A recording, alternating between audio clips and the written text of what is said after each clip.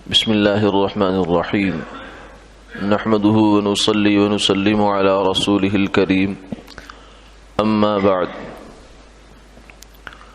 قال النبي صلى الله عليه وسلم إياك ودعوة المظلوم فإنه يسأل الله حقه وإن الله لا يمنع ذا حق حقه أو كما قال عليه الصلاة والسلام۔ حضور نبی کریم صلی اللہ علیہ وسلم نے ارشاد فرمایا کہ تم مظلوم کی بد دعا سے بچو،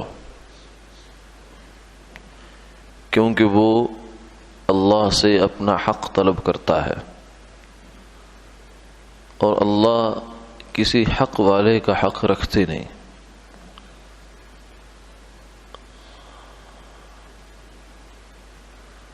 ایک حدیث پاک میں یہ بھی آتا ہے کہ تم مظلوم کی بد دعا سے بچو، کیونکہ اس کے درمیان اور اللہ کے درمیان کوئی پردہ نہیں ہے،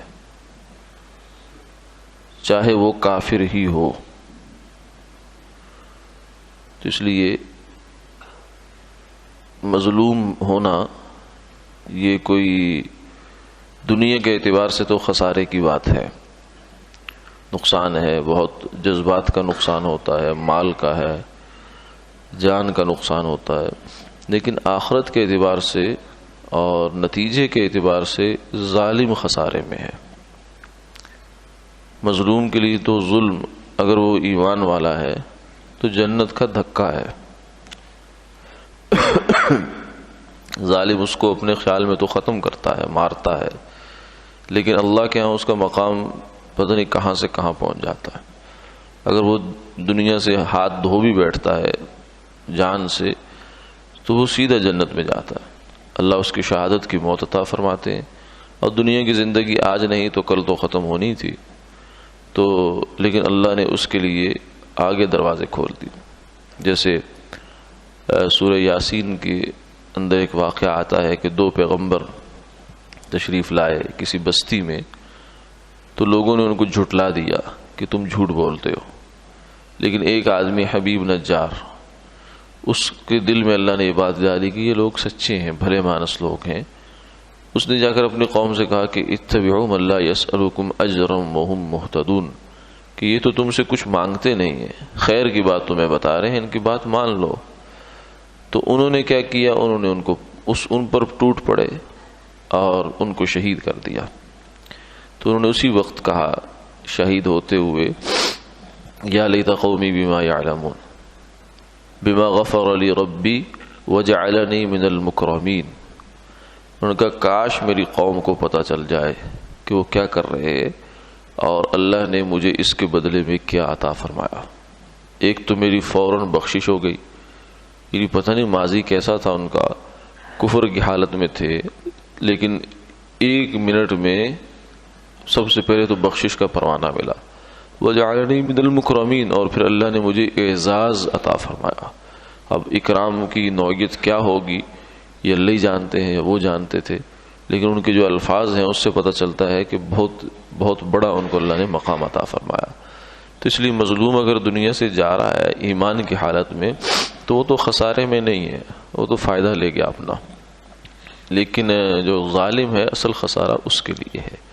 تو اس لیے اور اگر دنیا کے کسی مال کا نقصان ہوتا ہے مظلوم کا، تو اس میں پھر اگر وہ اللہ کے سامنے ہاتھ اٹھاتا ہے تو اس کے ہاتھ واپس نہیں آتے، خالی نہیں آتے، اس لیے فرمایا کہ اس سے بچ کر رہو۔ چند دعائیں جن کے قبول ہونے کی یوں سمجھیے کہ گارنٹی دی گئی ہے، ان میں سے ایک دعا مظلوم کی دعا بھی ہے۔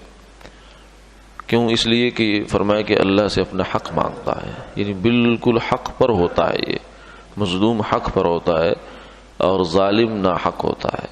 تو جو آدمی اللہ سے اپنا حق مانگتا ہے تو اللہ تو خود حق ہے، اور وہ حق کو دینا جانتے بھی ہیں، دے سکتے بھی ہیں، اور ان کا دستور یہ ہے کہ وہ حق کو روکتے نہیں ہیں۔ اس لیے اسے فرماتے ہیں اللہ تعالیٰ کہ تو صبر کر، میں تیرا بدلہ یا تیری داد رسی ضرور کروں گا۔ بعض دفعہ کسی مصلحت کی وجہ سے تاخیر ہو جاتی ہے، ظالم کو ڈھیل دی جاتی ہے تاکہ یہ اور ظلم کرے اور ظلم کرے، پھر اس کو اکٹھا پکڑا جائے. جیسے بعض دفعہ جو سرکاری ادارے ہوتے ہیں وہ جو مجرم کو ایک دم نہیں پکڑتے، وہ چاہتے ہیں کہ یہ ذرا اور ہمیں اس کے سراغ پتہ چلے، کہاں جاتا ہے، کدھر جاتا ہے، کیا کرتا ہے، تاکہ ہم اس کو پھر پکڑیں. تو یہ اس کو چھوٹ نہیں ہوتی بلکہ ڈھیل ہوتی ہے. تو ڈھیل کو چھوٹ نہیں سمجھنا چاہیے بلکہ اس سے ڈرنا چاہیے.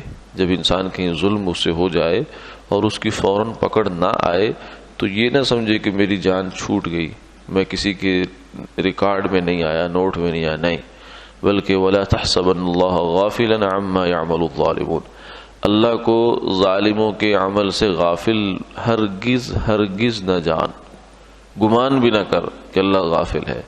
انما یؤخرهم لیوم تشخص فیہ الابصار، اللہ تعالیٰ تو ان کو ڈھیل دے رہے ہیں اس دن تک جب کہ آنکھیں چڑھ جائیں گی اور یہ ذلیل ہو کر اللہ کے ہاتھ میں آئیں گے. تو آخرت میں تو ہوگا ہی ہوگا، ورنہ دنیا میں بھی ظالم کا انجام اللہ بہت برا کرتے ہیں. اور تاریخ میں پیچھے اگر ہم اٹھا کر دیکھیں تو کوئی ظالم ایسا دنیا میں ہمیں ملتا نہیں ہے کہ جس کا دنیا میں اللہ نے اس کو ذلت سے دوچار نہ کیا ہو. اللہ تعالیٰ حفاظت فرمائے. آمین آمین یا رب.